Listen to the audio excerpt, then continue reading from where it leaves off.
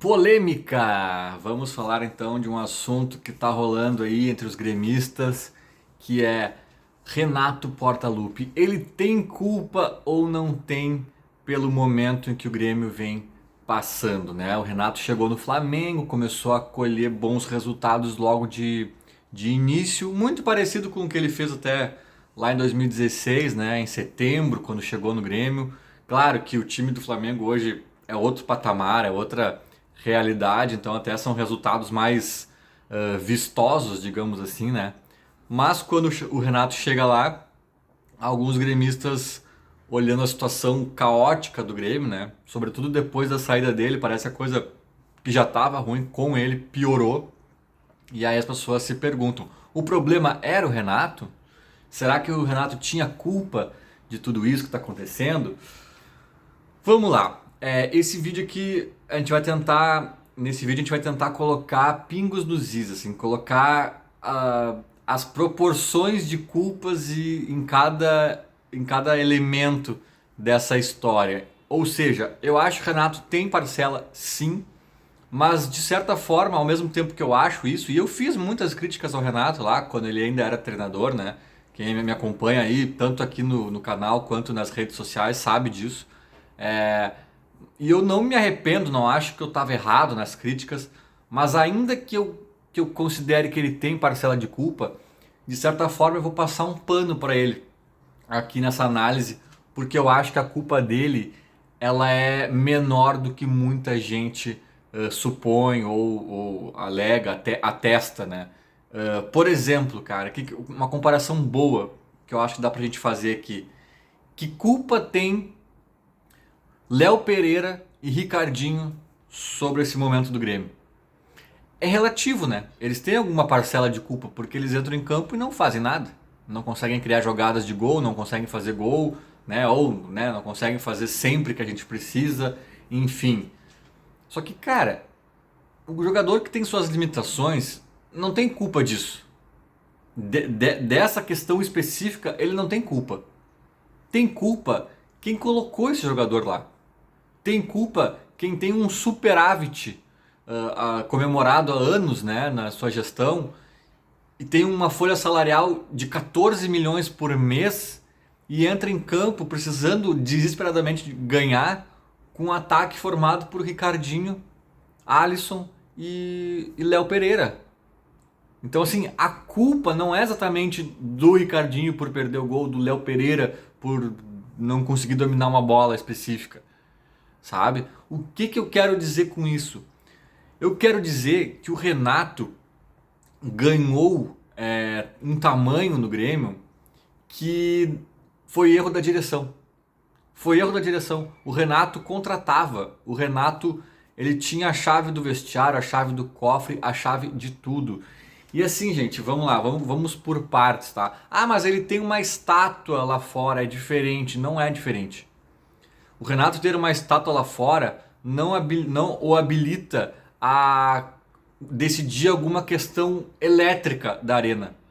Ah, Renato, a gente tem que trocar aqui os fios, a gente usa esse material ou aquele outro, não sei o que. Não interessa, o Renato não está apto a definir isso. Ele não está apto a definir isso. Então, acho que assim, já começa por aí o erro da direção, sabe? Ela deu pro Renato, é um erro duplo da direção, na minha opinião. Ela deu pro Renato a palavra final, o comando das contratações, era um técnico barra diretor de futebol, e o fez impondo um limite severo de verba, um limite severo um teto, né, bem baixo de valores envolvidos nessas contratações. Então, assim, o modus operandi adotado pela direção do Romildo foi pegar só lixo, só refúgio, só migalha dos outros clubes. E ainda assim, neste universo, quem decide quem vem é o Renato. Olha o combo tragédia desenhado aí. Porque o Renato, tal qual um Léo Pereira e um Ricardinho, tem suas limitações nesse quesito de contratar, de ser um CEO, né, de ser um executivo de futebol. O Renato tem suas limitações. Ele não tem repertório, ele não tem criatividade E ele é um ser humano. Ele não é um software, ele não tem um banco de dados infinito na cabeça. Então, assim, tem a limitação humana que o Renato e qualquer outra pessoa tem, né? Se for uma contratação de boteco que eu falo, aquela de sentar cada um numa mesa e falar, pá, mas será que a gente traz aquele cara que uma vez jogou não sei onde?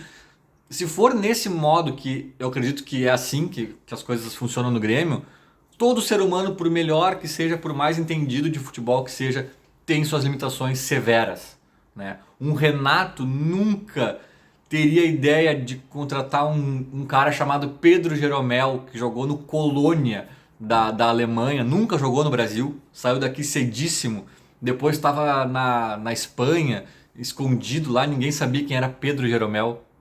Até mesmo, eu já falei desses exemplos em outros vídeos, né? Maxi Lopes, que eu acho que foi um achado, o cara era do Barcelona, estava na Rússia, querendo voltar para perto de casa. Tipo, o cara tinha muito talento, era uma oportunidade de ouro. O Dudu, né? O Dudu, que hoje está no Palmeiras também, que o Grêmio trouxe. O cara foi lançado pelo Curitiba, não chegou a ter um holofote muito grande, assim. Nossa, o Dudu, sensação do momento. Não aconteceu isso. E o cara foi, se eu não me engano, pro Dinamo de Kiev, ou uma coisa parecida com isso. O Grêmio teve essa sacada e trouxe. O Renato não teria essas sacadas. Exceto se esse Dudu, esse Jeromel, esse Maxi Lopes tivessem jogado com ele em algum momento da carreira, na base do Fluminense, ou não sei lá onde, sabe? Então, assim, as pessoas culpam muito o Renato. Eu tenho muitos amigos que culpam muito o Renato por essa nossa situação. E eu até entendo, e obviamente teve a participação dele na construção desse grupo fracassado. Só que assim, cara, teve, porque ele não tem repertório e criatividade. Só que isso é culpa da direção, colocar na mão do Renato. E a segunda parte que eu falo, né, da culpa da direção, é o modus operandi migalha. O Renato pediu Pedro. O Renato pediu o Pedro do Flamengo. Aí veio o Churin, né? O Renato pediu, ele pediu, cara, ele pediu alguns nomes interessantes, sabe? Eu tinha até uma listinha de alguns nomes que ele pediu e a direção obviamente não atendeu, sabe? Agora, claro, mesmo esses nomes bons que o Renato pediu, eram nomes óbvios. Sei lá, ele pediu o Gabigol, se eu não me engano, também. Eram nomes óbvios, eram nomes que estavam se destacando no futebol brasileiro, o Claudinho, sabe? Umas coisas óbvias assim. Ou uns caras também conhecidos, meio famosinhos, brasileiros que estavam na Europa e aí estavam acabando o contrato. O Renato pedia esses caras. O Renato ia na obviedade. Só que uma obviedade, quando tu tem dinheiro para investir, é uma obviedade que via de regra até pode dar certo. Até dá certo, né? O Flamengo talvez tenha montado um time com muitas obviedades caras, né? Caras. Agora o Grêmio começa que o Grêmio não gasta dinheiro contratando ninguém. É muito raro na gestão Romildo a gente ver um investimento, vamos pagar aqui X milhões pelo passe do cara. Não, geralmente é só oportunidade, né? É negócio de oportunidade, que é pelo salário. O cara que tá ficando livre do contrato, o cara que não sei o quê. Aí o Grêmio analisa só o salário. Geralmente é assim. Geralmente é assim. E a nossa folha, ela é 14 milhões, não é porque tem 5, 6 estrelas ali ganhando 800 mil, 1 milhão, não. A nossa folha, ela é 14 milhões porque tem umas 10 oportunidades ganhando 300 mil ali que estão encostadas num canto e a gente nem usa, né? Ou usa pouco, ou até usa e não resolve nada, né? Que são as oportunidades do Romildo, né? Aí é claro, o Renato, ele quer o Pedro, ele quer não sei quem, daí a direção diz não, não, não, ele fala, tá, então me dá o Jael. Então me dá o Jael. E o Jael até é um cara que deu certo aqui, né? Só que nessa faixa salarial, nessa faixa de valores, não é todo dia que o Renato chama um Jael, né? Ele também chama muito cara ruim, muito bruxo. Por que ele chama bruxo? Porque ele tá querendo fazer um esquema para ganhar dinheiro com... Não, cara, porque ele tem limitação. Ele chama quem ele conhece. Ele chama quem ele conhece. E se tu limitar quem ele conhece ainda para um teto de valores baixo, cara, aí é um Deus nos acuda. Sabe? Então assim, claro que se a gente for olhar friamente pro elenco do Grêmio, quantos caras ali foram indicação do Renato? A maior parte, talvez. né? Então é difícil tu olhar para aquilo e falar assim, ah, o Renato tem culpa. É difícil tu falar que o Renato não tem culpa, né? Melhor dizendo. Porque se tu olhar friamente, ele montou esse time. Só que a gente tem que dar um zoom out, dar 2 passinhos para trás e olhar melhor. Tá, mas como assim montou esse time? Já tá errado. Já tá errado deixar ele montar esse time, né? O Renato, ele cometia muitos erros técnicos, digamos assim, né? De tática, de movimentações do time, de escalação, de substituições. A gente criticava aqui coisas bem pontuais. Mas o Renato, na minha opinião, é um bom técnico. É um bom técnico. Talvez, até pelo nível baixo, ele é um dos melhores do país, na minha opinião. Fazendo assim, ó, vestiário, dentro das 4 linhas, o time jogando, nesse quesito, né? Tanto é que ele tá chegando no Flamengo lá e tá mostrando isso. Agora, tu quer transformar ele num executivo de futebol com uma limitação severa de investimento, sendo que o clube tem dinheiro, né? Não é um clube falido. Aí, cara, aí o Renato realmente não é bom nisso.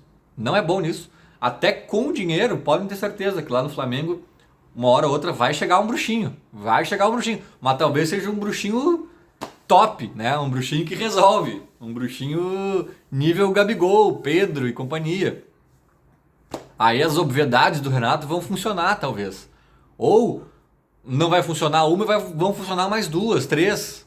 E aí essa uma aqui não tem problema. Né? Agora o problema é quando os acertos do Renato aqui eram coadjuvantes. E ao mesmo tempo ele colecionava erros atrás de erros. É mais ou menos o que eu vejo. Tem sim o dedo do Renato, mas como eu falei, a culpa do Léo Pereira ser nosso titular não é do Léo Pereira.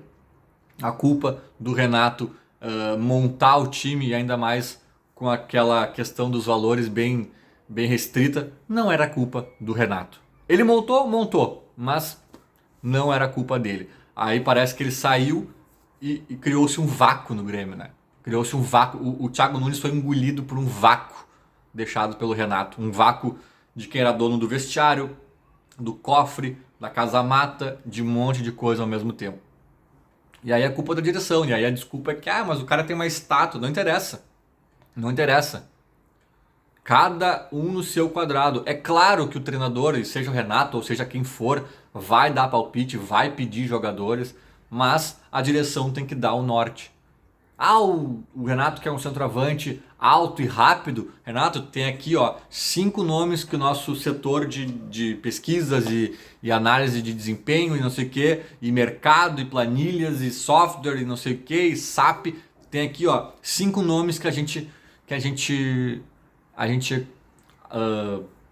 selecionou conforme as tuas necessidades. E não assim, gente, eu quero o Jael, corre lá e busca o Jael. Daí o executivo de futebol vira um estagiário, vira um mero atendedor de telefone e assinador de papel.